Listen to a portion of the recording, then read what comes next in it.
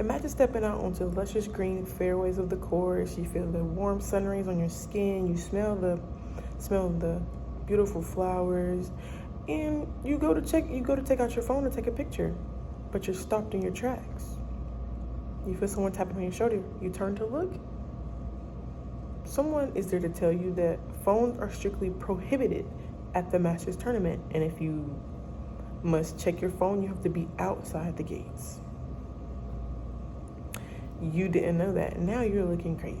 Well, other than this rule, Augusta Masters is a golf tournament held every year in the spring, where high-profile, influential figures all over the world come to visit and spectate, all while being welcomed by the vibrant azaleas, emerald green courses, and the big, beautiful oaks. Today, I'm going to be informing you how the Masters began, by when it was founded, the traditions and elements, and its historical impact on the golf world. Augusta Masters was founded in the early 1930s by a famous retired golfer, Bobby Jones, and an investment banker, Clifford Roberts. Together they had a vision, and to make this vision come true, they formed a partnership. It didn't take long for them to decide on a piece of land, which is down here in Augusta. And it also didn't take them long to decide the actual place. This place was called Fruitland Nursery.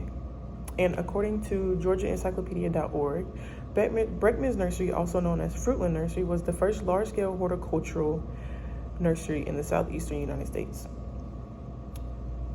To shorten it, this was a nursery for plants. And they chose this land because, according to GolfDigest.com, it was the perfect property because the layout already looked like a golf course. And once this location was purchased, within 3 years, the challenging yet iconic course we now know as the Augusta Masters was opened and ready for its very first contenders. Okay, next we move on to the traditions and elements of the Masters. One well-known tradition in the Masters is the green jacket. The wearing of this jacket began in 1949 and was awarded to Sam Snead, who was the first Masters champion. These smooth, elegant green jackets are made out of fabrics that are made specifically in Georgia, and according to PGAtour.com, each jacket takes about a month to create, and they each cost $250. So as you can see, the jacket is very expensive, time-consuming, and made with care. The only people allowed to wear this jacket are Masters champions and National Club members to be able to identify themselves as a member of the club. Another tradition at the Masters is the Champions Dinner. This was started in 1952 by Ben Hogan, and since then, according to NaplesNews.com, on Tuesdays during the Masters week, the defending champion selects the menu and hosts a dinner for the winners and the club chairman. So, unfortunately, as stated before, this delectable dinner is not for everyone. It is just for previous Master winners and the chairman.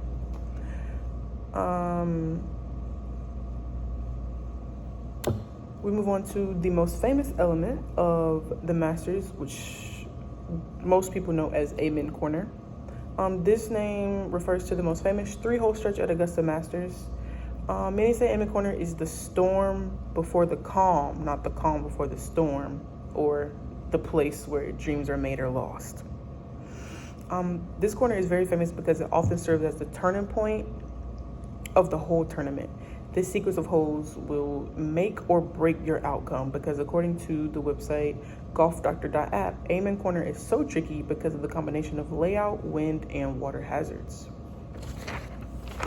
So if you ever find yourself to be an Augusta national contender, watch out for Amen Corner. Drawing things to a close, we move on to the historical impact Augusta Masters has had on the game of golf. There have been many record holders that have yet to be broken. For example, Jack Nicklaus, he holds the record as the oldest Master winner at 46. Tiger Woods, he holds the record for the youngest Master winner at 21. And according to EuropeanTour.com, another record held by Jack Nicklaus is an impressive 22 top 10 finishes during his Masters career. 22? You have to be extremely good to get top 10 22 times. Another thing that has shaped the game of golf in the Masters is being considered a legendary player.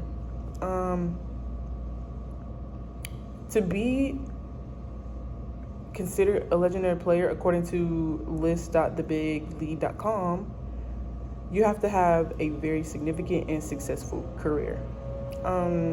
As stated before, people like Jack Nicklaus, he had 6 total master wins. Tiger Woods had 5 total master wins. Arnold Palmer had 4 total master wins. Guys like them,